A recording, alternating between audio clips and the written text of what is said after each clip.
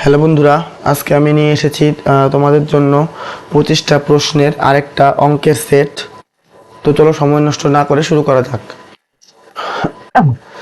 সুদের হার 4% বাড়ায় 7,250 টাকা, সরল সুদ 580 টাকা বাড়ে। সময় কত? এই জায়গায় অন্য সংখ্যা ছিল, ভুল ছিল কিছু, আমি চেঞ্জ করে দিয়েছি। সরল সুদের নর্মাল ফর্মুলা দিয়ে হয়ে যাবে আই সমান সমান পিটি আর বাই 100। লেখা ছিল কি দেখো,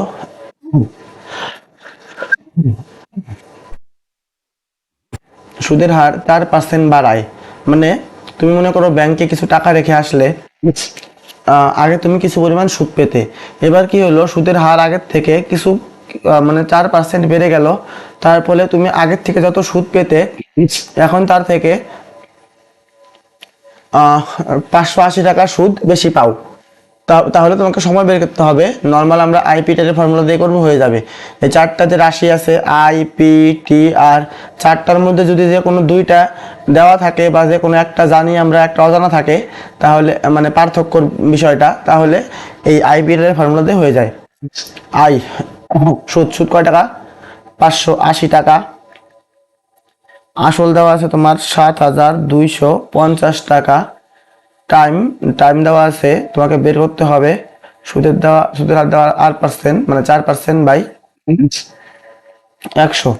4 দিয়ে 100 কাটো, 25 হয়। একটা শূন্য শূন্য কেটে নাও। 25 দিয়ে 725 কাটো, 100-র মধ্যে 4টা 25, 700-র মধ্যে 4 সাথে 28টা 25 আর একটা 25, 29টা 25। 29 দিয়ে 58 কাটো, 29 দুগুণ 58। ফ্রেশ করলে কি লিখলে, এই পাশে থাকলো 2, ওই পাশে নিচে নিচে কিছু নেই, উপরে কত থাকলো? উপরে থাকলো এক্স। এক্স সমান সমান 2। তাহলে আমাদের সময় কত লাগবে? সময় লাগবে 2 বছর।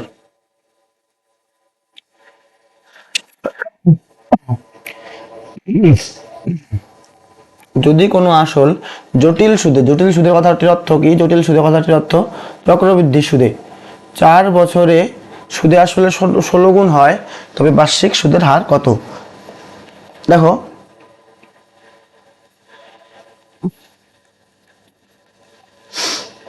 4 বছরে হয় কয় গুণ সুদে আসলে? সুদে আসলে হয় 16 গুণ। এই জায়গায় 4 ছিল, তো এই তোমরা 16টাকেও 4-এর পাওয়ারে আনতে চেষ্টা করবে। দেখো, এই জায়গায় 4 বছর ছিল না, তো এই 16টাকেও তোমরা 4-এর পাওয়ারে আনতে চেষ্টা করবে। তাহলে 16কে 4-এর পাওয়ারে আনলে কত হবে? 4-এর পাওয়ার 2। 4-এর পাওয়ার 2, তাই তো? এই জায়গায় যে সংখ্যা থাকবে সেই সংখ্যাটাকে যদি আমার বেস হিসাবে ওই সংখ্যাটাই যদি আসে। এবার পাওয়ার কত থাকলো? পাওয়ার থাকলো 2, তাই তো? এইবার পাওয়ারের থেকে 1 বাদ দিয়ে 100% দিয়ে গুণ করে দেবে, যেটা হবে সেটাই উত্তর। কি বললাম? লিখলাম প্রথমে, এটা চক্রবৃদ্ধি সুদের অঙ্ক। 4 বছরে হয়েছিল 16 গুণ, তাই তো? এবার 4 বছরে যদি 16 গুণ হয়, তোমরা কি করবে? এই বছরটাকে বেশ রাখার চেষ্টা করবে, মানে যে 4 বছর যে ছিল, তো 16কে তোমরা 4-এর পাওয়ারে ভাঙবে। 16 মানে কত? 4-এর পাওয়ার কত? 4-এর পাওয়ার 2। 4-এর পাওয়ার কত হবে? 2। এইবার এই পাওয়ারটা যে হবে, পাওয়ারের থেকে তোমরা কি করবে? 1 বাদ দিয়ে 100% দিয়ে গুণ করবে।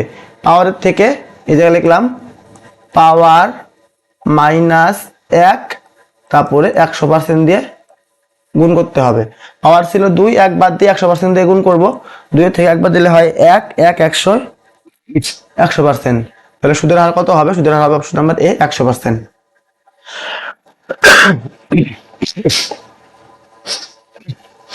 একটা সমবাহু ত্রিভুজের প্রতিটি বাহুর দৈর্ঘ্য 9 মিটার হলে ত্রিভুজটির উচ্চতা কত? একটা সমবাহু ত্রিভুজের প্রতিটি বাহুর দৈর্ঘ্য কত দেওয়া আছে? 9 মিটার। তোমাকে কি বের করতে হবে? তোমাকে বের করতে হবে উচ্চতা। তোমরা ডাইরেক্ট করতে পারো ফর্মুলা দিয়ে। তোমরা সমবাহু ত্রিভুজের উচ্চতার সূত্র কি? সমবাহু ত্রিভুজের উচ্চতার সূত্র হলো √3/2 ইন্টু বাহু, আর ক্ষেত্রফলের সূত্র ছিল √3/4 গুণ বাহু স্কয়ার। যাই হোক, উচ্চতা বের করি। √3/2 গুণ বাহু কত দেওয়া আছে? বাহু দেওয়া আছে 9। 2 দিয়ে 9 কাটো, কাটলে কত হয় 4.5।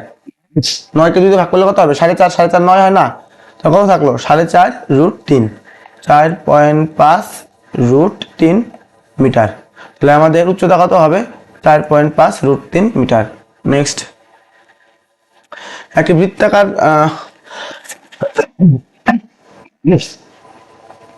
মাঠের চারদিকে সমপরিসরের রাস্তা আছে।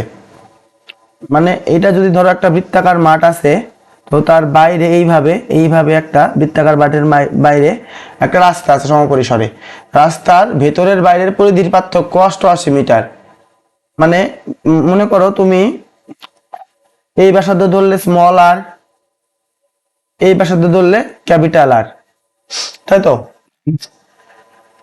তোমার কি দেওয়া আছে ভেতরের আর বাইরের পরিধি বলতে ভেতরের পরিসীমা মানে ভেতরের বাউন্ডারিটা আর বাইরের বাউন্ডারিটার পার্থক্য, মানে কিসের পার্থক্য দেওয়া আছে দেখো, পরিধির পার্থক্য দেওয়া আছে কত মিটার 88 মিটার। হ্যাঁ বলো।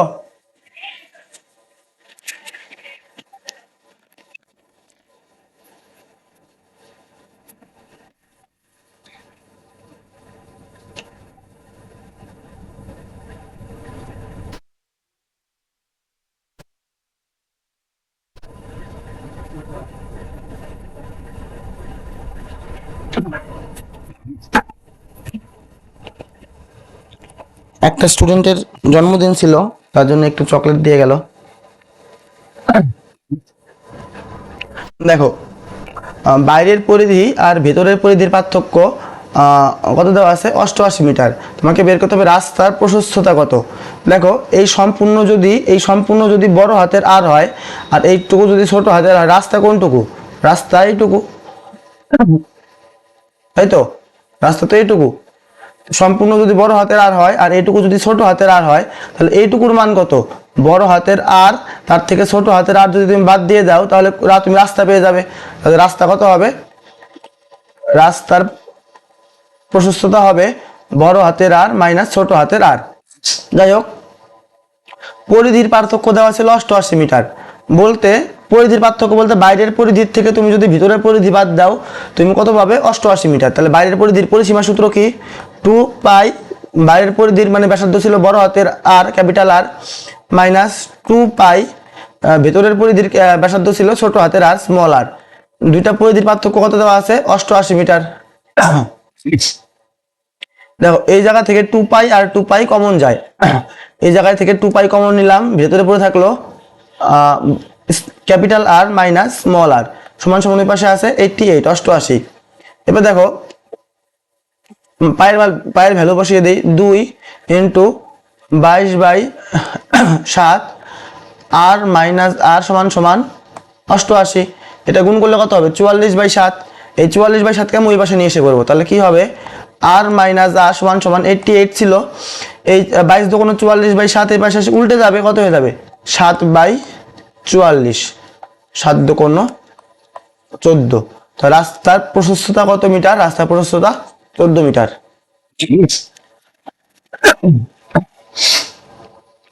একটি বৃত্তাকার পার্কের পরিধি ও ব্যাসার্ধের পার্থক্য 74 মিটার। পার্কের ব্যাসার্ধ কত? দেখো একটা বৃত্তাকার পার্ক ছিল, মনে করো তার ব্যাসার্ধ ধরলাম আমি স্মল আর, আর পরিধি সূত্র আমরা কি জানি 2 পাই আর। কি লেখা আছে পরিধি ও ব্যাসার্ধের পার্থক্য, মানে এই 2 পাই আর পরিধি আর ব্যাসার্ধ কত আর, এই 2 পাই আর আর আর এর পার্থক্য দেওয়া আছে কত 74 মিটার। পরিধি হলো 2 পাই আর আর ব্যাসার্ধ হলো আর, এদের মধ্যে পার্থক্য দেওয়া আছে কত 74 মিটার। দেখো কি কমন যায়, এই জায়গায়ও আর আছে এই জায়গায়ও আর আছে, তাহলে আর কমন নিলাম। আর কমন নিলে কি থাকলো, এই জায়গায় থাকলো 2 পাই মাইনাস এই জায়গায় থাকলো আর এর থেকে আর কমন নিলে কি থাকে 1, শূন্য থাকে না কিন্তু কি থাকে 1। কমন নেওয়া মানে ভাগ করা, আর গুণ ভাগের সময় সবকিছু কিছু না থাকলেও 1 থাকে, তাই তো? এবার শোনো সমান সমান 74 আর ব্র্যাকেটে 2 পাই এর অর্থ কি, পায়ের অর্থ 2 পাই, পায়ের অর্থ 2 তো 2 লিখলাম, পায়ের অর্থ 22/7। 2 পাই এর অর্থ কি, 2 পাই এর অর্থ 22 দুগুণ 44/7। তাহলে 2 পাই এর অর্থ কি 44/7 মাইনাস 1 সমান সমান 74। তো দেখো আর ইন্টু নিচে 7ই থাকলো, কোনাকুনি গুণ করে যত হবে উপরের থেকে আমি বিয়োগ করে দেবো। 7 অক্ষে 7, 44 থেকে 7 গেলে থাকে কত? 37। কি বললাম? এটা বিয়োগ চিহ্ন আছে না, তো কোনাকুনি গুণ করব, তার থেকে 44 থেকে ওই গুণ ফলটা বিয়োগ করে দেবো। 7 অক্ষে 7, 44 থেকে 7 গেলে থাকে হলো 37 সমান সমান 74। আর ইজ ইকুয়াল টু, ওই পাশে 74 ছিল, এই 37/7 ওই পাশে গিয়ে কি হয়ে যাবে? ওই পাশে গিয়ে উল্টে যাবে, কত হবে? 7/37। 37 দিয়ে 74 কাটো, 37 দোকানো 34, 7 দোকানো 14 মিটার। তাহলে পার্কের ব্যাসার্ধ কত? পার্কের ব্যাসার্ধ আমরা বের করলাম কত? 14 মিটার। নেক্সট দেখো, একটি আয়তাকার বাগানের দৈর্ঘ্য 4 মিটার বাড়ালে ক্ষেত্রফল 16 বর্গ মিটার বাড়ে, বাগানের প্রস্থ কত? কি লেখা আছে দেখো, মনে করো তোমার কাছে একটা আয়তাকার বাগান আছে, তুমি দৈর্ঘ্য জানো না, দৈর্ঘ্য তুমি ধরলে এক্স, প্রস্থ জানো না, প্রস্থ ধরলে তুমি ওয়াই। এক্স ওয়াই ধরে করবো না, আমি জাস্ট তোমাদের অঙ্কটা কনসেপ্টটা বোঝাচ্ছি। তাহলে ক্ষেত্রফল কত হবে? দৈর্ঘ্য গুণ প্রস্থ মানে এক্স ওয়াই। এবার কি লেখা আছে দেখো, লেখা আছে যদি দৈর্ঘ্য তুমি 4 মিটার বাড়িয়ে দাও, মানে প্রস্থ সেম থাকবে। প্রস্থ কত ছিল আগে? প্রস্থ ওয়াই ছিল, ওয়াই থাকবে, দৈর্ঘ্য আগের থেকে 4 মিটার বেড়ে যাবে। আগে দৈর্ঘ্য ছিল এক্স, এখন দৈর্ঘ্য বেড়ে হয়ে যাবে এক্স প্লাস 4, আর প্রস্থ তো ওয়াই, তো সেমই থাকবে ওয়াই। তাহলে ক্ষেত্রফল কি হবে? ক্ষেত্রফল আগের থেকে 16 বর্গ মিটার বেড়ে যাবে, মানে আগের যে ক্ষেত্রফল ছিল এক্স ওয়াই, আগের যে ক্ষেত্রফল ছিল এক্স ওয়াই,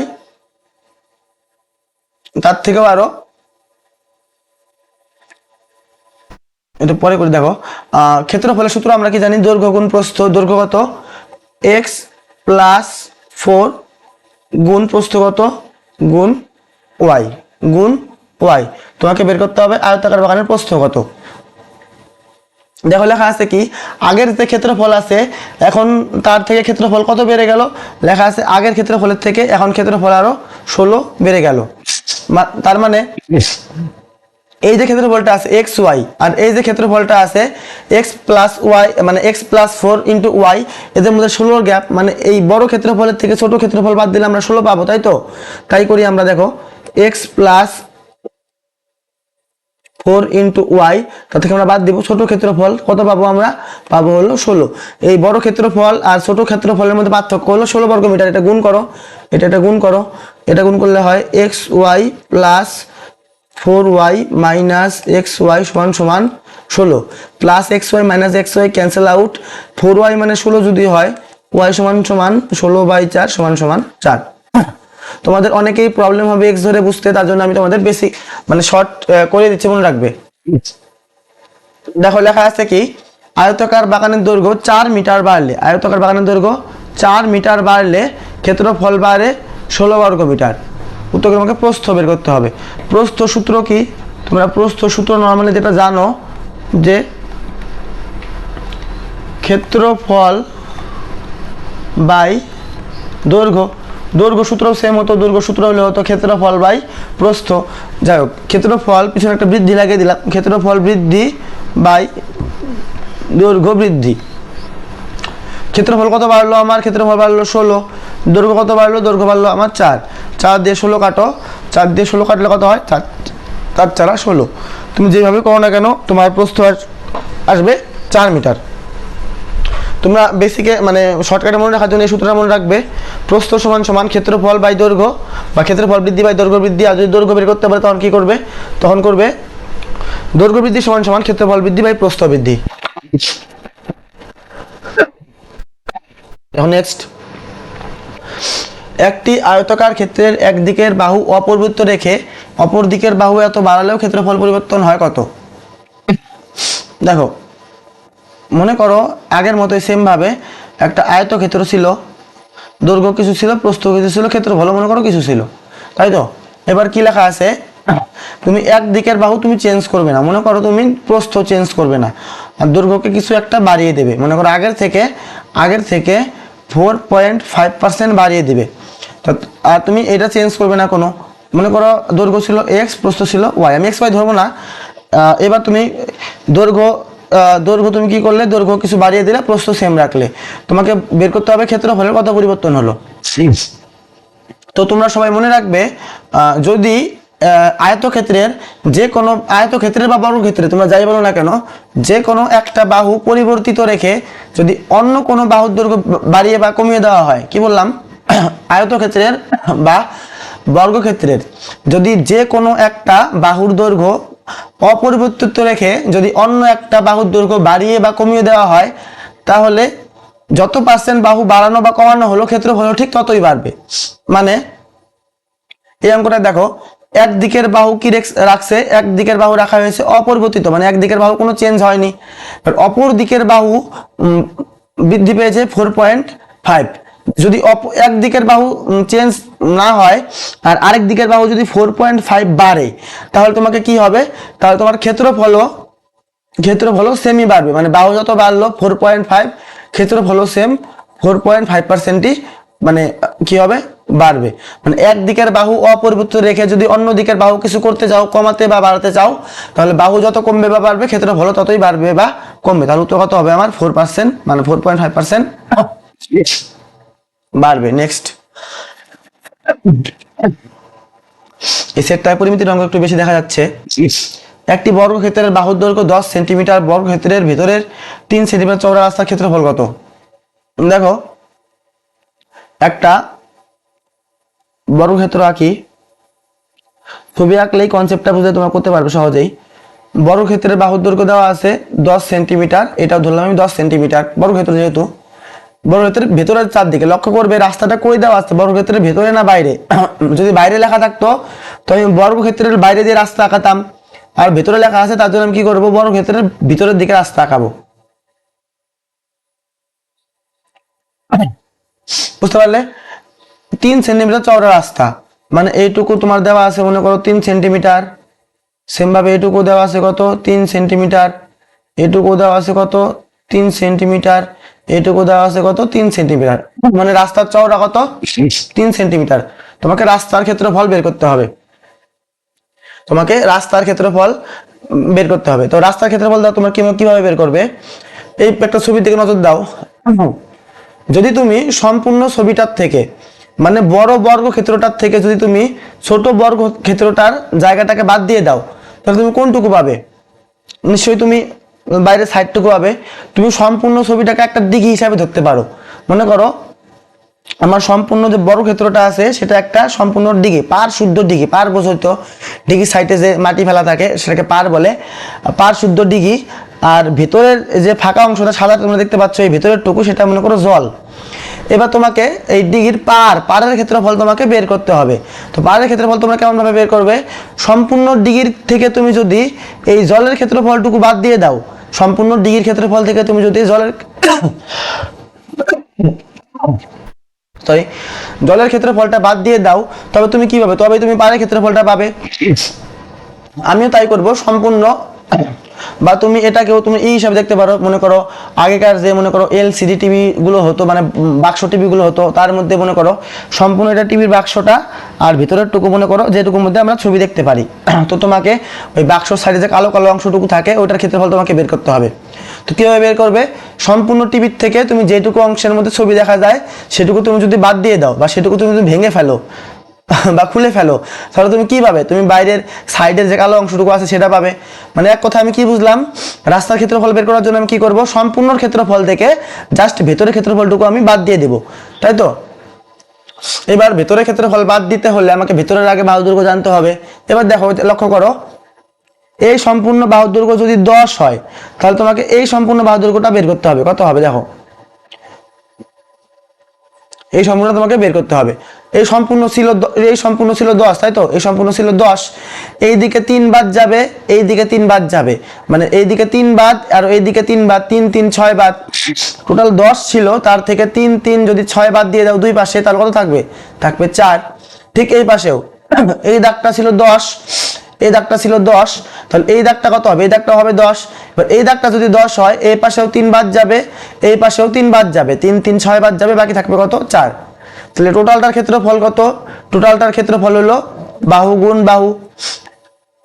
তার থেকে তোমাকে ভিতরের ক্ষেত্রফলটা কি করতে হবে, ভিতরের ক্ষেত্রফলটা বাদ দিতে হবে।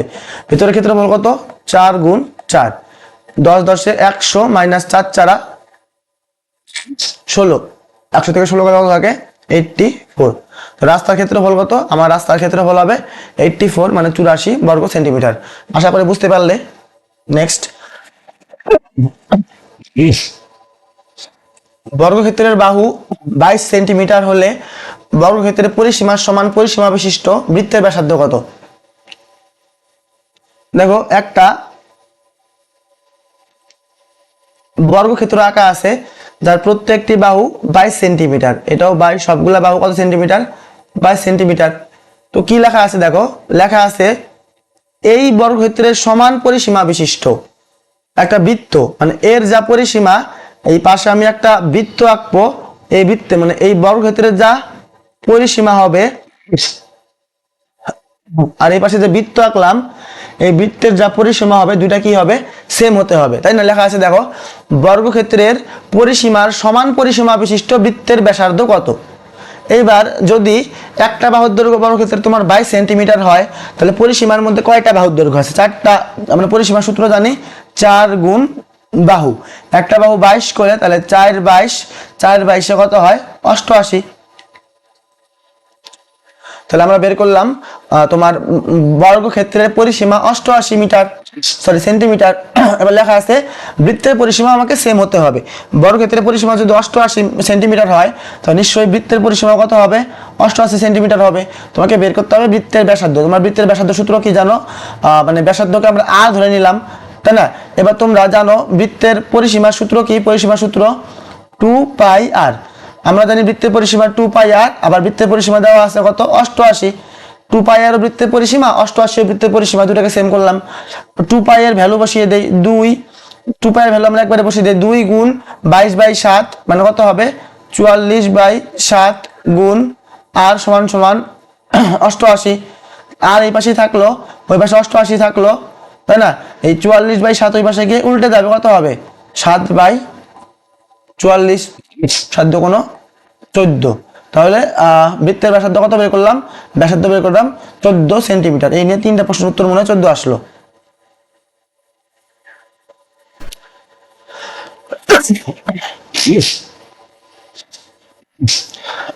দেখো, একটি ঘনকের দৈর্ঘ্য 22 সেন্টিমিটার, প্রস্থ 12 সেন্টিমিটার, উচ্চতা 7.5 সেন্টিমিটার হলে ঘনকের দৈর্ঘ্য কত?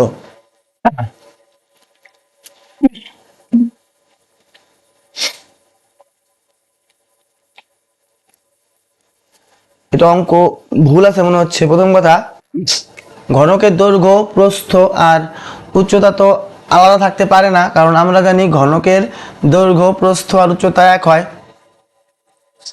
বুঝতে পারলে? আর উত্তরে ঘনকের দৈর্ঘ্য বলতে হয়তো বা তোমাকে কর্ণের দৈর্ঘ্য বের করতে বলেছে। কিসের দৈর্ঘ্য? কর্ণের দৈর্ঘ্য বের করতে বলেছে। আর এটা ঘনক হবে না, এটা হবে মনে হয় আয়ত ঘনক। যাই হোক, আয়ত ঘনকের কর্ণের দৈর্ঘ্য 22 সেন্টিমিটার, প্রস্থ 12 সেন্টিমিটার, উচ্চতা এত সেন্টিমিটার হলে ঘনকের দৈর্ঘ্য কত সেন্টিমিটার? কর্ণের দৈর্ঘ্য কত সেন্টিমিটার? তো আমরা আয়ত ঘনকের কর্ণের দৈর্ঘ্য সূত্র কি জানি? কর্ণের দৈর্ঘ্য সূত্র জানি √, দৈর্ঘ্য স্কয়ার প্লাস প্রস্থ স্কয়ার প্লাস উচ্চতা স্কয়ার। কর্ণের দৈর্ঘ্যের সূত্র কি? দৈর্ঘ্য স্কয়ার প্লাস প্রস্থ স্কয়ার প্লাস উচ্চতা স্কয়ার। দৈর্ঘ্য কত আছে? দৈর্ঘ্য আছে 22 তার স্কয়ার প্লাস প্রস্থ আছে 12 তার স্কয়ার প্লাস 7.5 কে আমরা লিখে নিলাম 15/2, তাই না? 7.5 মানে কত? 7.5 মানে কত? 15 কে 2 ভাগ করলে তো 7.5 হয়, তাই না? এটাকে লিখলাম 15/2 তার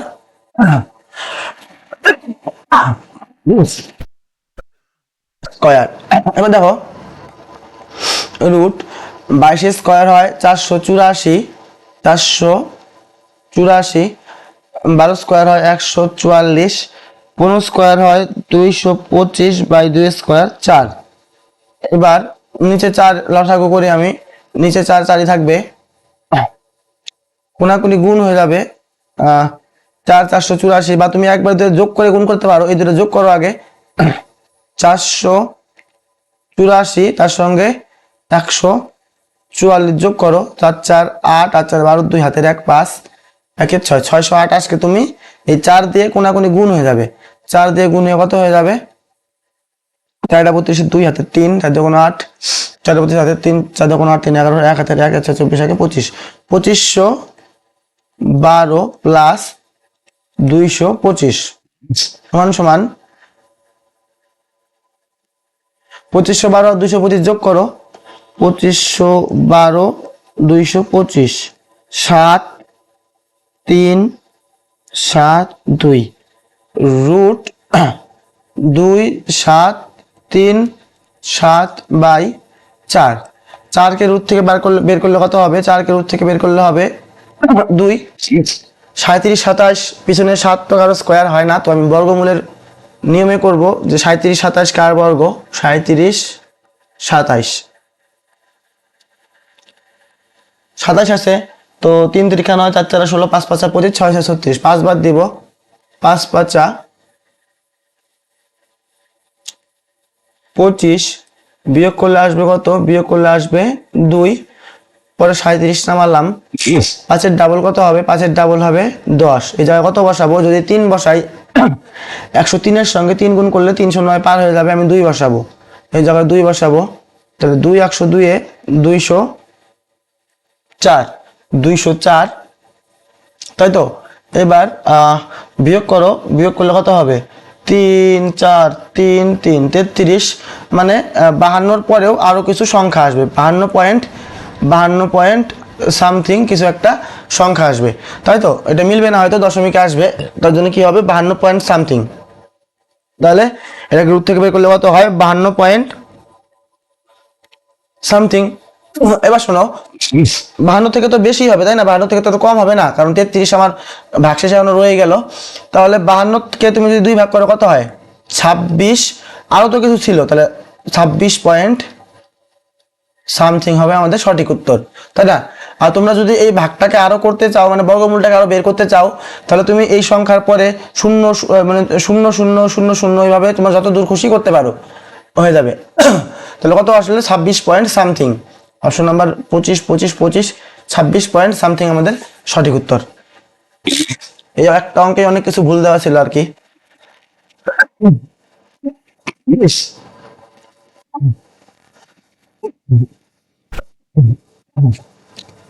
40.50 টাকা প্রতি কিলোগ্রাম চায়ের সঙ্গে 95.50 টাকা প্রতি কিলোগ্রাম চা মেশানো হলো, এত টাকা করে বিক্রি করা হলো, অনুপাত কত?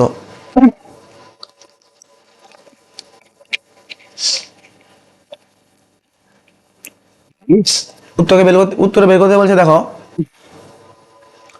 ভালো জাতের চা ও খারাপ জাতের চার অনুপাত কত, তো কোনটা ভালো জাতের চা আর কোনটা খারাপ জাতের চা কিভাবে বুঝবে, তো না খেয়ে তো আর বোঝার উপায় নেই, কিন্তু আমি তো আর খেতে পারবো না এখন অঙ্কের মধ্যে, তো আমাকে অঙ্কের দাম দেখে বুঝতে হবে, যেটার দাম বেশি সেটাই নিশ্চয়ই ভালো জাতের চা এদের হিসাবে, আর যেটার দাম কম সেটাই খারাপ জাতের চা অঙ্কের হিসাবে, আমার হিসাবে না, অঙ্কের হিসাবে। অনেক জিনিস দাম কম হলে অনেক ভালো হয়, ভালো পাওয়া যায়, তাই না। এবার দেখো ভালো জাতের চা, একটা চা ছিল 40 টাকা 50 পয়সা, একটা চা ছিল 95 টাকা 50 পয়সা, তাহলে ভালো জাতের চা বইয়ের হিসাবে কোনটা, ভালো জাতের চা হবে 95 টাকা 50 পয়সা, খারাপ জাতের চা হবে 40 টাকা 50 পয়সা। তুমি যখন এদের একসঙ্গে মেশাবে তখন বিক্রি করবে কত, বিক্রি করবে 55 টাকা 90 পয়সা। তুমি চাইলে যাও এই জায়গার দশমিকটা, এই জায়গার দশমিকের পরে 2 ঘর, এই জায়গার পরে দশমিকের পরে 2 ঘর, এই জায়গার দশমিকের পরে 2 ঘর, দশমিকের পরে 2 ঘর তুমি তুলে নিলে, তুলে নেওয়ার অর্থ কি 100 দিয়ে ভাগ করলাম, 100 কেটে যাবে, লিখলাম না, দশমিকের পরে এই জায়গায় 2 ঘর, এই জায়গায় 2 ঘর, এই জায়গায় 2 ঘর কেটে দিলাম, পিছনে একটা করে শূন্য কেটে দিই, একটা করে শূন্য কাটলাম, একটা করে শূন্য কাটলাম, একটা করে শূন্য কাটলাম, কত থাকলো 955 405, মধ্যে কত থাকলো 5 5 9, তো গ্যাপটা লেখো 405 থেকে 5 5 9 কতর গ্যাপ, 1 5 9 থেকে 5 বাদ দাও, 1 5 4 এর গ্যাপ, এটা থেকে এটা বাদ দাও, 955 5 5 9, তাহলে 5 5 5 থেকে 9 5 5 আসতে আসতে হবে 400, 400 থেকে আরো 4 কম, তাই হবে 396। কত হলো তাহলে ভালো জাতের চা একটু খারাপ জাতের চা, আমি প্রথমে ভালো জাতের চাই লিখেছি তাই না, কত হলো 154 396, কাটাকাটি যায় নিশ্চয়ই। 22 দিয়ে তো মনে হয় 154 যায়, 22 দিয়ে 154 যায়, 22 দিয়ে কি এটা যাবে? আমরা 11 দিয়ে কেটে নেবো কি? 3, 6, 9, 11 দিয়ে যাবে, 11 দিয়ে কেটে নেই। 11 দিয়ে কাটলে কত হবে? 11, 44, 4, 11, 44, এটা 11 দিয়ে কাটলে কত হবে? 3, 11, 33, 6 থাকলো 66, 6, 11, 66। আবার তুমি 2 দিয়ে কাটতে পারো, 2 দিয়ে কাটলে কত হবে? 2 দিয়ে কাটলে হবে 7, 2 দিয়ে কাটলে কত হবে? 2 দিয়ে কাটলে হবে 18। এটা এমন কেন? 40 টাকা প্রতি কিলোগ্রাম চায়ের সঙ্গে 40 টাকা 50 পয়সা কিলোগ্রাম চায়ের সঙ্গে 95 টাকা 50 পয়সা চা মেশালে 55 টাকা 90 পয়সা দাম হবে, মিশে যায়। হাজার হাজার কিভাবে মেশানো হয়েছিল? 7:18।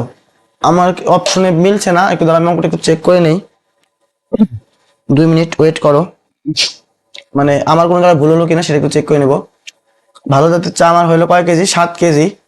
তাহলে 95.5 ইন্টু 7, 668.8, 668.8, 40.5 গুণ 18 প্লাস 668.5 ভাগ 5 সাথে 15 কেজি।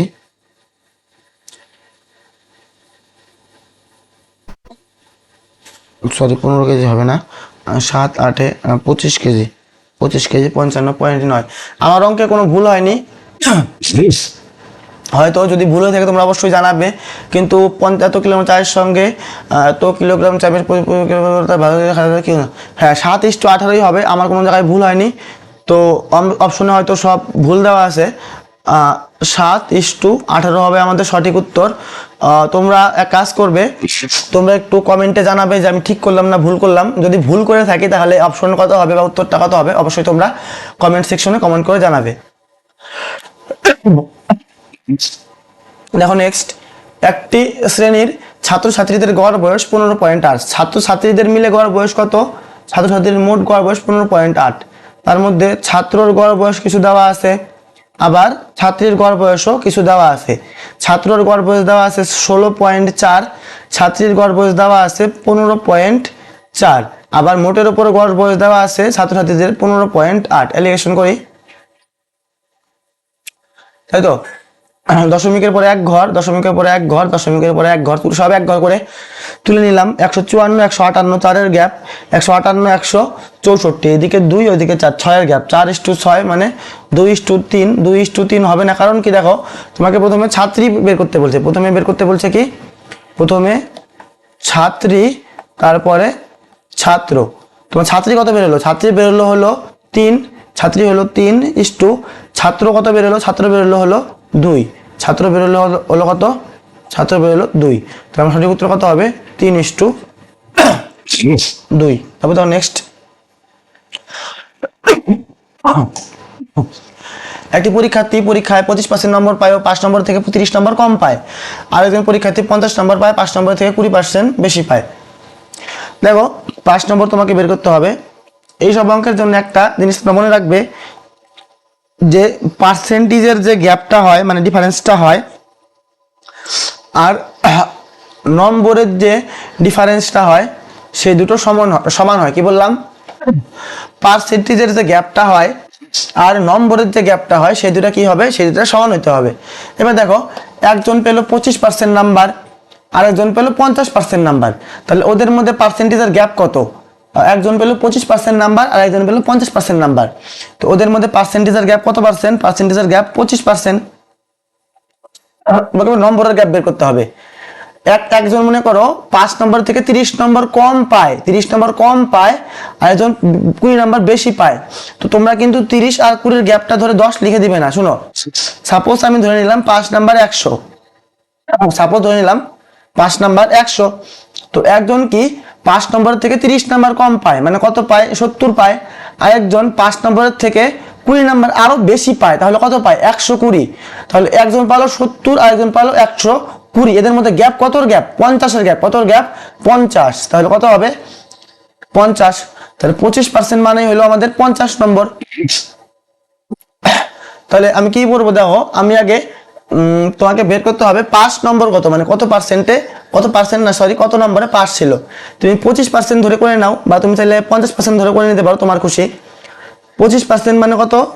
25% মানে বের করলাম আমি 30 নম্বর, সরি 25% পাওয়ার পরেও 30 নম্বর কম পায়, তাই তো। এবার 25% মানে কত? 25% আমি বের করলাম কত? 50 নাম্বার। এবার কি হলো, ও মনে করো 50 এটা আমি 100টা ধরেছিলাম, এটা 100 কিন্তু উত্তর হবে না। এবার লেখা আছে দেখো 25% নাম্বার পাওয়ার পরেও 30 নাম্বার কম পায়, তার মানে কি 25% মানে 50 নাম্বার, 50% নাম্বার কম মানে পাওয়ার পরেও 30 নাম্বারের জন্য ফেল করলো, তাই না। একটা ছাত্র মনে করো একটা পরীক্ষায় 50 নাম্বার পেলো, 50 নাম্বার পাওয়ার পরেও সে 30 নাম্বারের জন্য ফেল করলো, তাহলে নিশ্চয়ই তাকে 30 নাম্বার আর বেশি পেতে হতো। তাহলে পাস মার্ক কত ছিল? 50 তো পেয়েছে, তার সঙ্গে 30 নাম্বারও কম পেয়েছে, মানে 30 আরও বেশি পেতে হতো। তাহলে পাস মার্ক কত আমার? 80। তুমি যদি 50% ধরে করো তাও হবে। দেখো যদি 25% মানে 50 হয়, তাহলে 50% মানে কত হবে? 50-এর ডাবল হয় তোমার 25-এর ডাবল হয় 50, ডাবল হয় 50, তাহলে 50 ডাবল কত হবে? 100। তাহলে 50% মানে 100 নাম্বার, তাই তো। এবার কোনো ছাত্র 100% নাম্বার পেয়ে 20 নম্বর 5 নাম্বার থেকে বেশি পায়, মানে কোনো তোমার মনে করো তুমি বা তোমার বন্ধু পরীক্ষায় 100 নম্বর পেলো, পাওয়ার পরেও 5 নাম্বার থেকে 20 নাম্বার বেশি পেলো, তার মানে কি তাকে পাস করতে হলে আরো 20 নাম্বার কম পেলেই হতো। তো তাই কত পেতে হতো? 100 বিয়োগ 20 সমান সমান 80। তুমি যেভাবে করো না কেন 5 নাম্বার আমার কত আসবে? 5 নাম্বার আসবে আমার 80। এটাই আমাদের সঠিক উত্তর। নেক্সট দেখো, এক জোড়া জিনিসের 15% ছাড় দেওয়ার পর দাম হয় এত টাকা। মনে করো একটা লেখা ছিল ধার্য মূল্য, আর একটা ছিল বিক্রয় মূল্য। ধার্য মূল্য আমরা ধরবো 100%, 15% ছাড়ের অর্থ কি বিক্রয় মূল্য হবে 85%। এবার দেখো লেখা আছে কি 15% ছাড় দিয়ে দাম হয় এত টাকা, মানে কোনো জিনিসের দাম যা লেখা আছে তার উপরে 15% ছাড় দেওয়ার পর তার বিক্রয় মূল্যই হয় 37.40, মানে 37.40, মানে 37 টাকা 40 পয়সা। তাই তো আগে ধার্য মূল্যটা আমরা বের করে নেই। বাজার মূল্যের অর্থ ধার্য মূল্য, তাহলে 85%-এর অর্থ 37, মানে 37.40। তোমাকে ধার্য মূল্য মানে 100% অর্থ বের করতে হবে। 100%-এর অর্থ 37.40 বাই 85 গুণ 100। দশমিক তুলে নিচে একটা 1 লিখলাম, দশমিক বলে দুইটা সংখ্যা ছিল তার জন্য দুইটা শূন্য দিলাম, 100 100 কাটলাম। এবার 85 দিয়ে তোমরা এটা কাটো, ভাগ করো। 3 4 4 85 ভাগটা করে নিই আমি এই জায়গায়। 85 3 7 4 0। তুমি ছোট করে নিতে পারতে, তুমি 5 দিয়ে বা 17 দিয়ে করে নিতে পারতে, আমি একবারে করি। 4 বার যদি হয় 4 বার যদি হয় 4 80 320, 4 5 20, 340 বিয়োগ করলে হবে 4, আবার 340 হবে, আবার 4 বার যাবে 340, কত হলো 44। তাহলে কত 44, তাই তো। এবার একটু দ্রব্যটির বাজার মূল্য কত? এক জোড়া জিনিসের দাম 15% ছাড় দিয়ে হয় এত টাকা, 15% ছাড় দিয়ে এত টাকা 85 হলো, 4 85 340 বিয়োগ করলে হয় 34, আবার 4 বার দেবো 340, 44 টাকা। দ্রব্যটির হয়তো এখানে এক জোড়া লেখা আছে, 44 টাকাই হবে। কোনো কোনো অঙ্কে কি থাকে দেখো, কোনো কোনো অঙ্কে এই জায়গায় এক জোড়া জিনিসের দাম দিয়ে দেয়, উত্তরে এসে একটা জিনিসের দাম চায়, কিন্তু এই জায়গায় একটা জিনিসের দাম তো 22 টাকা হওয়া দরকার ছিল, কিন্তু 22 টাকা নেই। তাহলে হয়তো এই জায়গায় ওই এক জোড়া জিনিসেরই বাজার মূল্য মানে ধার্য মূল্য তোমাকে বের করতে হবে।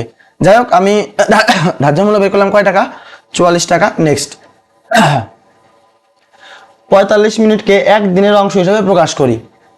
তোমাকে কি করতে হবে, মানে টোটাল এক দিনের মধ্যে 45 মিনিট কত অংশ সেটাকে তোমাকে বের করতে হবে, তাই তো।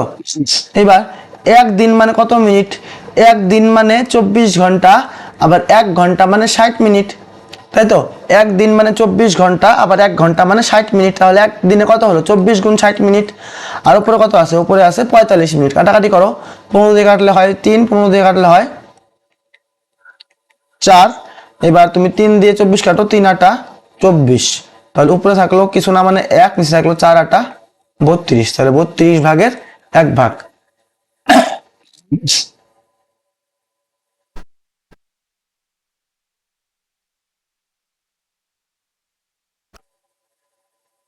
নেক্সট দেখো,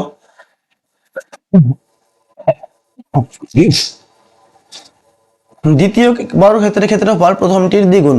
মানে দুইটা বর্গক্ষেত্র আছে, মনে করো দুইটা বর্গক্ষেত্র আছে, যেটা দ্বিতীয় বর্গক্ষেত্র আছে সেটার ক্ষেত্রফল প্রথমটির দ্বিগুণ। দ্বিতীয়টির ক্ষেত্রফল, এটা মনে করো প্রথম, এটা মনে করো দ্বিতীয়, তো দ্বিতীয়টির ক্ষেত্রফল প্রথমটির দ্বিগুণ। বা লেখা আছে প্রথমটির কর্ণ 4√2, প্রথমটির কর্ণ দেওয়া আছে 4√2, তাই তো। তো তোমাকে কি বের করতে হবে, এই দ্বিতীয়টির যে কর্ণ আছে তোমাকে সেটা বের করতে হবে, তাই তো। এবার দেখো, যদি প্রথমটার কর্ণ হয় 4√2, তাহলে বাহু কত হবে? আমরা কি জানি বলতো? আমরা জানি বাহু √2 সমান সমান কর্ণ। আমরা কি জানি? বর্গক্ষেত্রের বাহু √2 সমান সমান কর্ণ। বাহুকে আমি বাহুই ধরলাম, বাহু √2 সমান সমান কর্ণ কত দেওয়া আছে? 4√2, √2 কাটা, বাহু কত থাকলো? বাহু থাকলো 4। এবার যদি বাহু 4 হয় এই বর্গক্ষেত্রের, তাহলে ক্ষেত্রফল কত হবে? ক্ষেত্রফলের সূত্র তোমরা জানো, বাহু স্কয়ার মানে 4 স্কয়ার সমান সমান 16, তাই তো। তাহলে ছোট বর্গক্ষেত্রের ক্ষেত্রফল কত বের করলাম? 16। এবার এটার ক্ষেত্রফল যদি 16 হয়, তাহলে বড়টার ক্ষেত্রফল কি লেখা আছে? বড়টার লেখা আছে দ্বিতীয় বর্গক্ষেত্রের ক্ষেত্রফল প্রথমটির দ্বিগুণ। তাহলে এটা কত হবে? 16 যখন 16-র দ্বিগুণ হবে, মানে এটার ক্ষেত্রফল হবে 32। কত হবে? 32।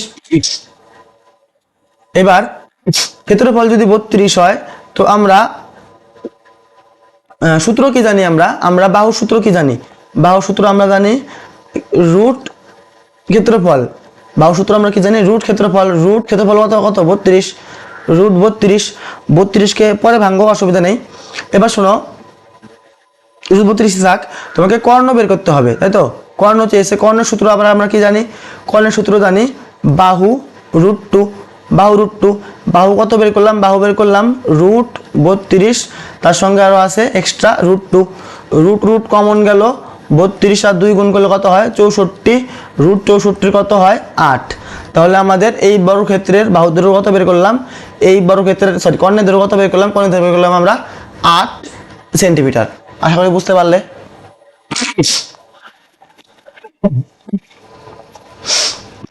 তিনটি সংখ্যার অনুপাত 3, 4, 6, তিনটি সংখ্যার অনুপাত 3, 4, 6, তাহলে লসাগু দেওয়া আছে 140। আগে আমি 3, 4, 6 লসাগু বের করি। 3, 4, 6 এর লিস্ট কমন ফ্যাক্টর মানে লসাগু কত হবে? 3, 4, 6 লসাগু হবে, 3, 4, 6 লসাগু হবে 12। এবার দেখো, এক পাশে লিখবো আমার, এক পাশে লিখবো বইয়ের। আমার লসাগু কত বের করলাম? 12।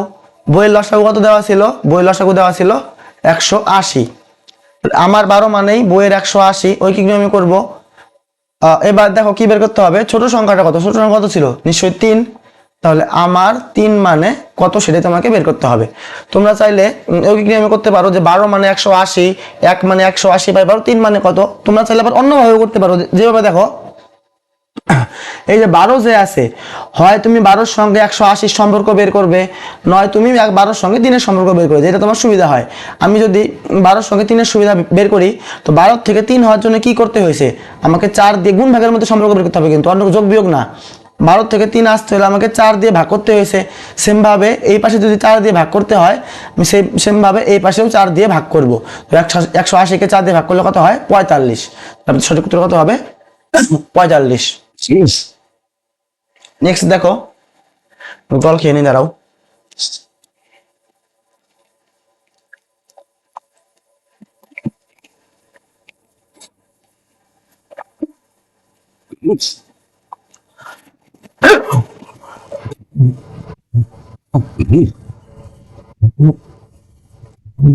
কাল যাবো ডাক্তারের কাছে।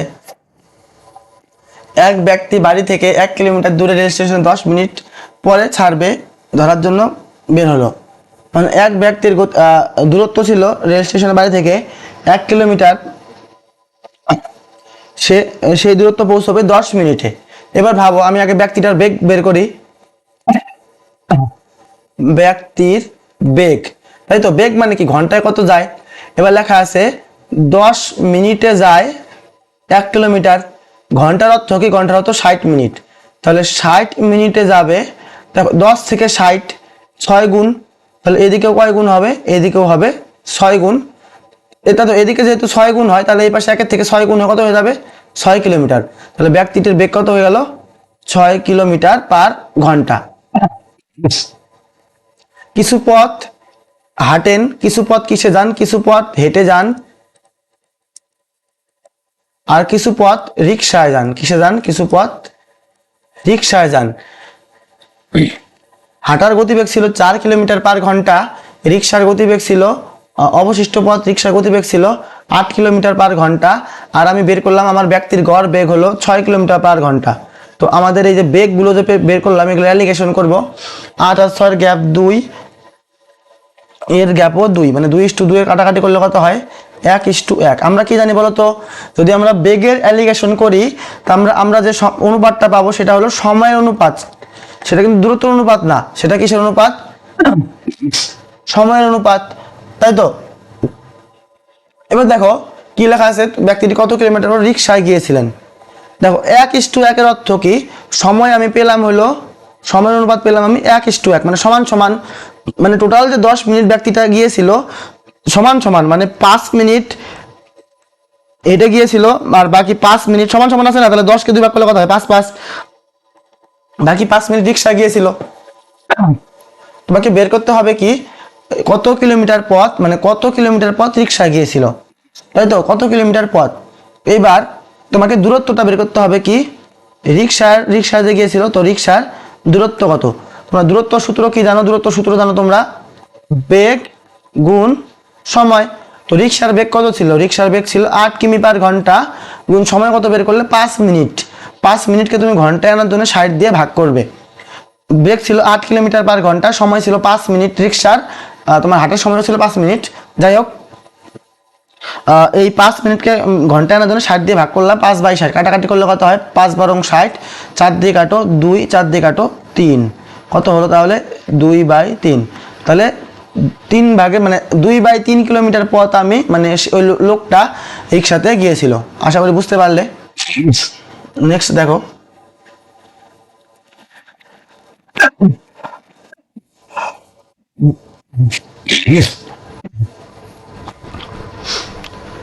আকাশ পরিচ্ছন্ন থাকলে একটি, পরিচ্ছন্ন বলতে পরিষ্কার, আকাশ পরিষ্কার থাকলে একটি ঘড়ি প্রতি ঘন্টায় এত সেকেন্ড পিছিয়ে যায়, আর মেঘাচ্ছন্ন থাকলে, মানে মেঘ থাকলে প্রতি ঘন্টায় এত সেকেন্ড এগিয়ে যায়। ঘড়িটি সকালে ঠিক করে থাকে, তাহলে 12টার পরে দেখায় ঘড়িটি সঠিক সময় নির্দেশ করেছে, কতক্ষণ পরিচ্ছন্ন ছিল। এই টাইপে তোমরা একটা অঙ্ক দেখবে, বিভিন্ন সেটে দেওয়া থাকে, লেখা ছিল যে একটা ঘরে মনে করো কোনো একটা আগুন জ্বলে, যতক্ষণ আগুন জ্বলে ততক্ষণ ঘড়ি মন্দীভূত হয়, বা যতক্ষণ আগুন নিভে থাকে ততক্ষণ ঘড়ি দ্রুত চলে, এইভাবে একটা অঙ্ক দেখবে। এই অঙ্কটাও সেম। একবার পরিচ্ছন্ন, পরিচ্ছন্ন অর্থ কি, পরিষ্কার। একবার আকাশ ছিল পরিচ্ছন্ন, একবার ছিল মেঘাচ্ছন্ন, মানে মেঘে ভর্তি ছিল, মেঘাচ্ছন্ন। বাংলা হাতের লেখায় আমরা একদম ফার্স্ট ক্লাস।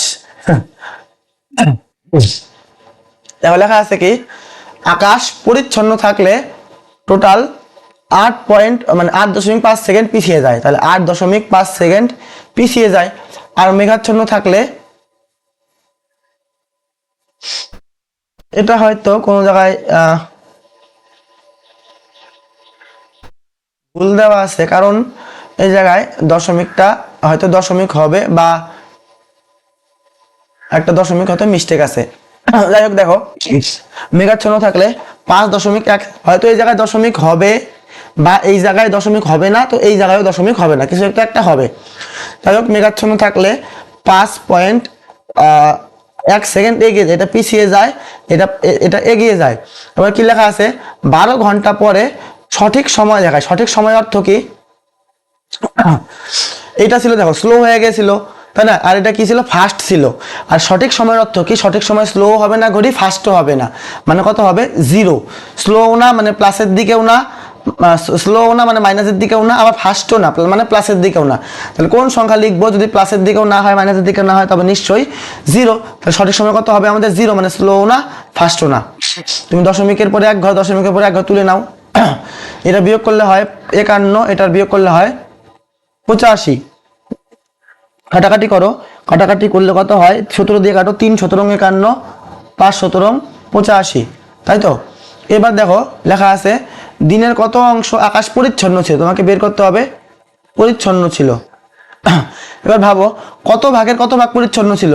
টোটাল সময় মনে করো 5 আর 3 8 ঘন্টা। 8 ঘন্টার মধ্যে পরিচ্ছন্ন ছিল কয় ঘন্টা? 3 ঘন্টা, তাই তো? টোটাল সময় 3 আর 5 8 ঘন্টা। 8 ঘন্টার মধ্যে পরিচ্ছন্ন সামনেরটা পরিচ্ছন্ন ছিল কয় ঘন্টা? 3 ঘন্টা। টোটাল সময় হলো আমার 8 ঘন্টা, তার মধ্যে পরিচ্ছন্ন ছিল 3 ঘন্টা। পরিচ্ছন্ন ছিল 3 ঘন্টা। যেহেতু আমাকে অংশতে উত্তর বের করতে বলেছে, তার জন্য আমার উত্তর কিন্তু এটা বের হয়ে গেছে, তাই তো? উত্তর আমার কিন্তু বের হয়ে গেছে, আমাকে 12 দিয়ে গুণ করার বা ভাগ করার কোনো দরকার নেই। যদি জিজ্ঞেস করতো, আমার উত্তর বের হয়ে গেছে।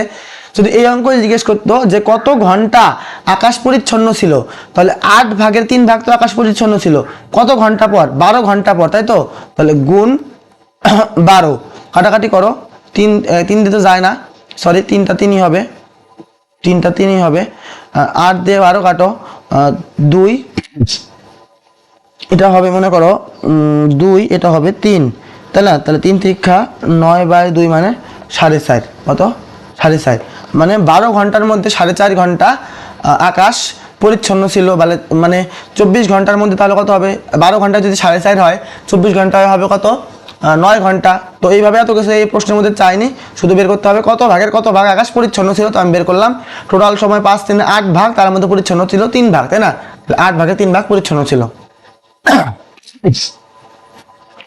2 জন কর্মচারীর মজুরির অনুপাত 4:7, মজুরির পার্থক্য এত হলে মোট মজুরি কত? 2 জন কর্মচারী আছে, তাদের মজুরির অনুপাত দেওয়া আছে 4:7। এবার এর মধ্যে পার্থক্য কত? এদের মধ্যে পার্থক্য দেওয়া আছে 3। এবার বইয়ের পার্থক্য কত দেওয়া আছে? বইয়ের পার্থক্য দেওয়া আছে 363। আমি পার্থক্য বের করলাম এদের মধ্যে 3, আবার বইয়ে পার্থক্য দেওয়া আছে কত? 363। তার মানে 3 এর অর্থই 363। তাহলে 1 এর অর্থ 363/3। কাটাকাটি করলে কত হয়? 121। তোমাকে বের করতে হবে তাদের মোট মজুরি কত। তাহলে মোট মজুরি কত ছিল? 4 আর 7 11, তাই না? তাদের মোট মজুরি কত? একজনের মজুরি যদি 4 টাকা হয়, আরেকজনের মজুরি যদি 60 টাকা হয়, তাহলে 2 জনের মিলে মোট মজুরি কত টাকা হবে? 11 টাকা। তাহলে 11-এর অর্থ কি? 121 গুণ 11। তোমরা জানো এদিকে 121 মানে 11 স্কয়ার, আর একটা 11 মানে 11 কিউব, 3টা 11 গুণ করলে হবে 1331। তাদের মোট মজুরি 1331 টাকা।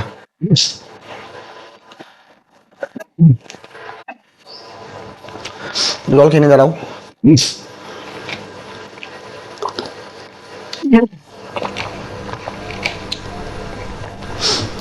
কোনো শেয়ারের 25% বাড়ানো হলো, মানে শেয়ারের দাম হবে হয়তো বা মূল্য হবে, এ জায়গায় উঠেনি। কোনো একটা শেয়ার আছে, প্রথমে যার দাম 25% বাড়ানো হলো এবং পরে আবার 15% কমানো হলো। হওয়ার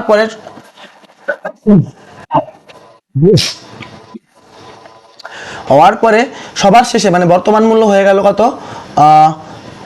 মনে করো প্রথমে কিছু একটা দাম ছিল শেয়ারের, তারপরে প্রথমে দাম ছিল আমি জানি না, মনে করি X টাকা দাম ছিল, তো প্রথমে সেটাকে 25% বাড়ানো হলো, সরি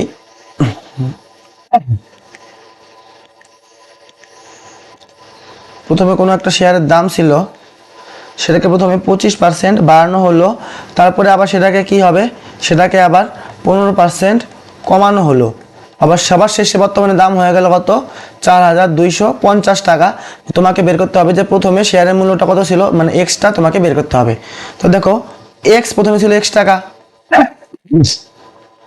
প্রথমে বেড়ে গেল 125% বেড়ে গেল। 25% বাড়ার অর্থ কি? 125%, তাই না? প্রথমে বেড়ে গেল 25%, 25% বাড়ার অর্থ কি? 125%। তাহলে আমি কি লিখবো? 125% মানে 125/100।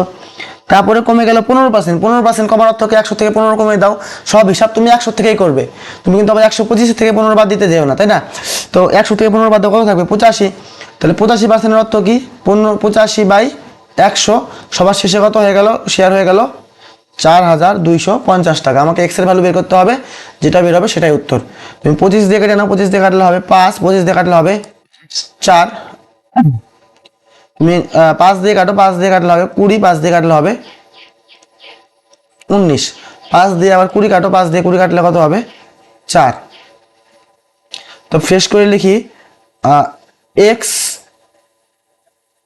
গুণ গুণটা পরে দেই, ওই পাশে নিয়ে উল্টিয়ে দিব, গুণটা দিয়ে করি ভালো হবে বুঝতে, তাই না? গুণ উপরে কত আছে, উপরে আছে 19, নিচে আছে 4 4 16 সমান সমান 4250। আমি সাইডে করি,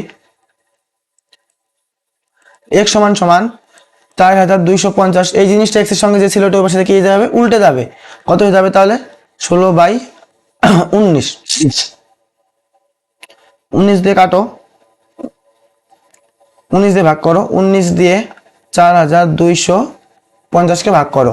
প্রথমে 2 ঘর যাবে 38, বাকি থাকবে 4, নামবে তোমার 5, আবার 2 ঘর যাবে যাবে হলো 38, বাকি থাকবে 60। আমি একটু ভুল করে ফেলেছি, 17 জায়গায় আমি কে ওটাকে 19 লিখে ফেলেছি, ওটা 17 হবে কাটাকাটি করে। যাই হোক দেখো ঠিক করে দিচ্ছি।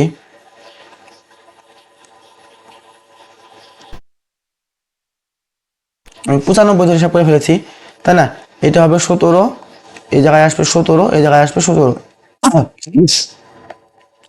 তোমার 17 দিয়ে 4 2 5 0 কে ভাগ করতে হবে, তাই না? প্রথমে 2 ঘর নাও, 2 বা 3 17 যাবে না, 2 বার যাবে, 17 2 34, বিয়োগ করলে হয় 8 85, 5 17 85, বাকি থাকে 0, 0টা জায়গায় বসিয়ে দিলাম 250।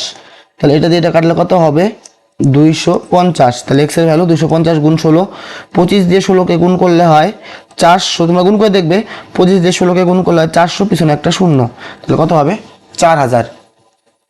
একটু ক্যালকুলেশন মিস্টেক হয়ে গেছিল, সরি তার জন্য। তারপর দেখো নেক্সট অঙ্ক,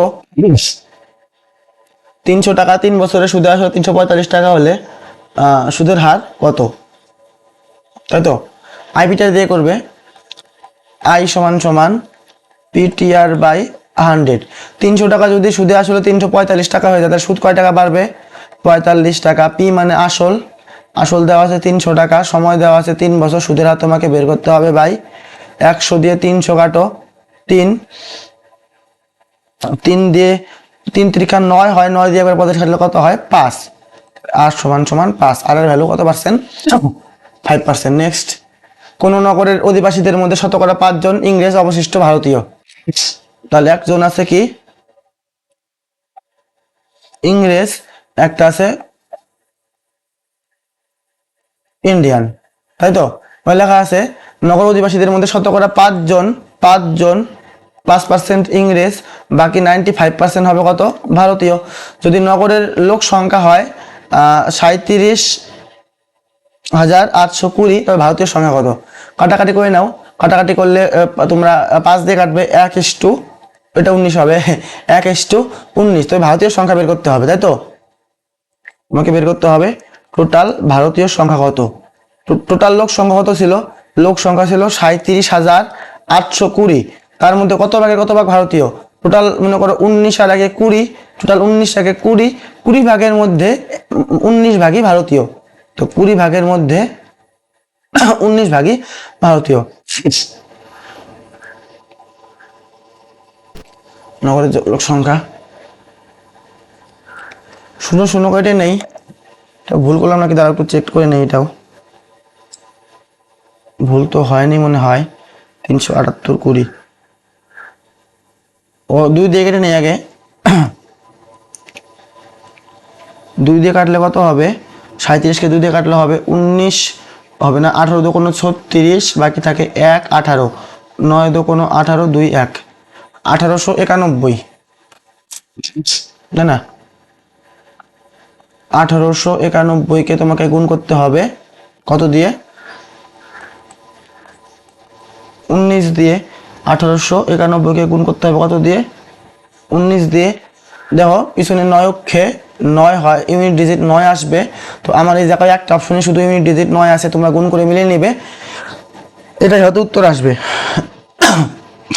তারপরে দেখো একই নির্বাচনের ক্ষেত্রে ভোটারদের এত পার্সেন্ট অংশ ভোট দেয়নি, দুজন প্রার্থীর মধ্যে জিতেছেন যিনি সব ভোটারের এত অংশ ভোট পান, সব ভোটারের পরাজিত প্রার্থীর চেয়ে 500 ভোট বেশি পান।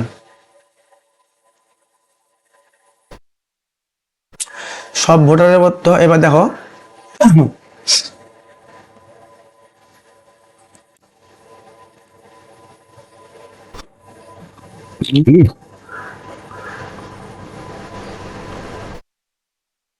মোট ভোটার কতজন। দেখো আমি মোট ভোটার ধরলাম, মোট ভোটার ধরলাম 100%, তাই তো 25 ভাগের 1 ভাগ ভোট দেয়নি। 25 ভাগের 1 ভাগ কত পার্সেন্ট? 25 ভাগের 1 ভাগকে তুমি যদি পার্সেন্টে আনতে চাও তাহলে কোনো ভগ্নাংশকে পার্সেন্টে আনতে হলে 100% দিয়ে গুণ করতে হয়। 25 দিয়ে 100 কাটো 4, থাকলো 4%। তাহলে মোট ভোটারের মধ্যে 4% ভোট দেয়নি। তাহলে মোট বৈধ ভোট কত, মানে ভোট দিয়েছে কত? মোট বৈধ ভোট হলো 96%, তাই তো। এই 96% আমার 2 ভাগে ভাগ হয়ে যাবে, একটা হলো জয়ী প্রার্থীর ভোট, একটা হলো যে প্রার্থী হেরেছে মানে হেরো প্রার্থীর ভোট, তাই তো। এবার দেখো কি লেখা আছে, যিনি জিতেছেন তিনি সব ভোটারের, মানে সব ভোটারের ক্ষেত্রে হয়তো বা বলতে চেয়েছে, মোট ভোটারের বলতে চায়নি মনে হয়, মানে বৈধ ভোটের বলতে চেয়েছে হয়তো, তাই তো বলার কথা। মোট ভোটারের বৈধ ভোটারের সব ভোটারের লেখা আছে যদিও আবার এই জায়গায়, একটু দাঁড়াও চেক করে নেই।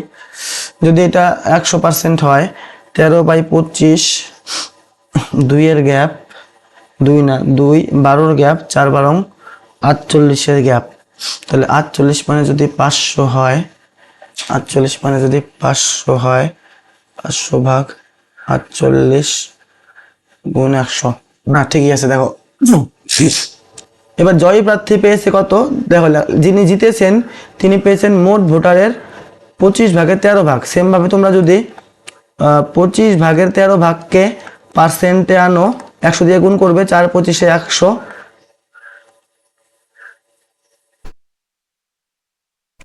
তাহলে কত পার্সেন্ট হবে? তাহলে হবে 52%। দেখো এই জায়গায় লেখা আছে কি, লেখা আছে তিনি সব ভোটারের, সব ভোট বলতে হয়তো মোট ভোটার। এবার যিনি জিতেছেন তিনি মোট ভোটারেরই, কিন্তু 96%-এর না, কিন্তু যিনি জিতেছেন তিনি মোট ভোটারের, মানে মোট ভোটার বলতে এটা দাও 13/25 বলতে 25 ভাগে 13 ভাগকে আমি পার্সেন্ট আনলে কত পার্সেন্ট হলো? 52%। এবার যিনি জিতেছেন তিনি সব ভোটারের, সব ভোটার বলতে মোট ভোটার, মোট ভোটার মানে 100%, তিনি ওই 100% যে মোট ভোটার ছিল তিনি ওই মোট ভোটারের কত পার্সেন্ট বেড়ে গেলো? 52%। 25 ভাগে 13 ভাগ মানে 52% ভোট পেয়েছেন, মোট ভোটারের 52%। তাহলে 100%-এর 52% মানে কত? 52%ই হবে, তাই না। মোট ভোটার আমার ছিল 100, তাহলে 100-র 52% কত হবে? 52%ই হবে। এবার শুনো, যদি বৈধ ভোট হয় 96%, তার মধ্যে একজন পেয়েছে 52%, মোট ভোটার কিন্তু 100 জন, তাই না, কিন্তু 4% কিন্তু ভোট দেয়নি। এবার টোটাল ভোট 100, তার মধ্যে যে জিতছে সে পাইছে 52% ভোট, তাহলে হেরো প্রার্থী কত? 4% কিন্তু ভোট দেয়নি, তাহলে আমি 96 থেকে বাদ দিব, কিন্তু 100 থেকে আমি বাদ দিব না, কিন্তু 96 ছিল বৈধ ভোট, মানে 96% ভোট পড়েছিল, তার মধ্যে 52% যে জিতছে সে পাইছে, তাহলে হারা প্রার্থী কত পাইছে? 96 থেকে তোমাকে 52 বাদ দিতে হবে, 4 44%। কত পার্সেন্ট? 44%। তাহলে যে জিতলো সে পেলো 52%, যে হারলো সে পেলো 44%। তাহলে কত পার্সেন্টের গ্যাপ এদের মধ্যে? এদের মধ্যে কত পার্সেন্ট গ্যাপ? 52 থেকে 44, 8%-এর গ্যাপ। কত পার্সেন্টের গ্যাপ? 8%-এর গ্যাপ। তাহলে আমার গ্যাপ দেওয়া আছে 8%, আবার বইয়ে লেখা আছে গ্যাপের অর্থই 500 ভোট, তাই না। আমি দেখতেছি যে যে জিতেছে আর যে হেরেছে তাদের মধ্যে গ্যাপ কত পার্সেন্টের গ্যাপ? 8% ভোটের গ্যাপ।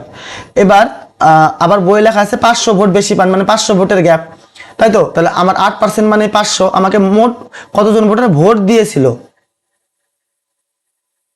কতজন ভোটার ভোট দিয়েছিল, ভোট দিয়েছিল মানে বৈধ ভোট 96% মানে 96% ভোটার ভোট দিয়েছিল, আমাকে 96% ধরে বের করতে হবে। 100 দিয়ে কিন্তু বের করবো না, কারণ কি এই অঙ্কে কিন্তু মোট ভোটার তোমাকে মানে বলতে চাইনি, মানে মোট ভোটার বের করতে পারিনি, চেয়েছে কি কতজন ভোটার ভোট দিয়েছিল কত পার্সেন্ট ভোটার, 96% ভোটার। তাহলে 8 থেকে 96 কত গুণ হয়েছে আমরা জানি, 8 12 96। তাহলে সেম ভাবে এটা কয় গুণ হবে, 12 গুণ হবে, 5 12 60, পিছনে 2টা শূন্য। তাহলে কত হলো, 6000 জন ছিল আমাদের মোট ভোটার। আশা করি তোমরা সবাই বুঝতে পারলে। তাও যদি কোনো জায়গায় বুঝতে সমস্যা হয় তাহলে অবশ্যই কমেন্ট সেকশনে জানাবে। শেষ অঙ্ক আজকে এটাই। শতকরা এত টাকা সুদের হারে 10 বছর সুদে আসলে এত টাকা হয়। দেখো সরল সুদে হবে, এটা কি সুদ হবে, সরল সুদ হবে। আমি আসল ধরলাম 100%, তাই তো। এবার সুদটা আমি বের করে দেবো। শুনো, এবার দেখো সুদে আসলে দেওয়া আছে 1000 টাকা, সুদে আসলে দেওয়া আছে বলে আমি অঙ্কটা এইভাবে করবো, তাছাড়া তো আমি নর্মাল আইপিটি দিয়ে করতে পারতাম, তাই না। সুদে আসলে দেওয়া আছে তার জন্য আমি একটা অন্য পদ্ধতিতে করবো, এই পদ্ধতিটা খুবই ভালো, তোমরা মনে রাখবে।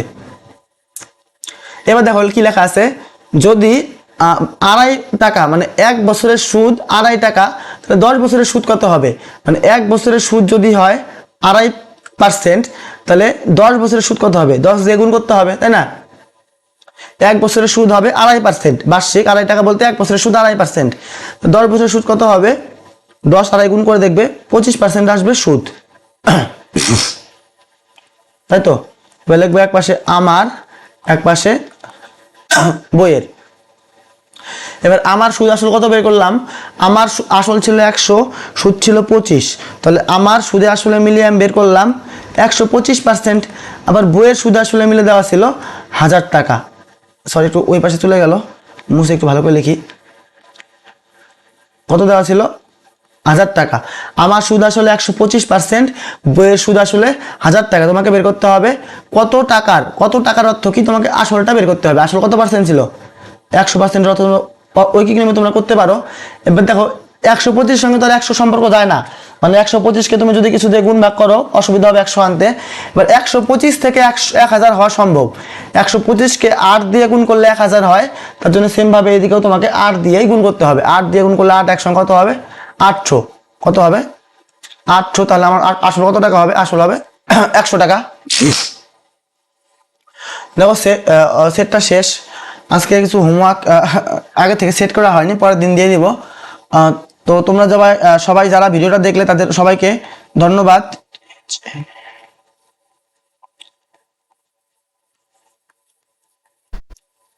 পরের ভিডিও নিয়ে খুব তাড়াতাড়ি আসতে চলেছি।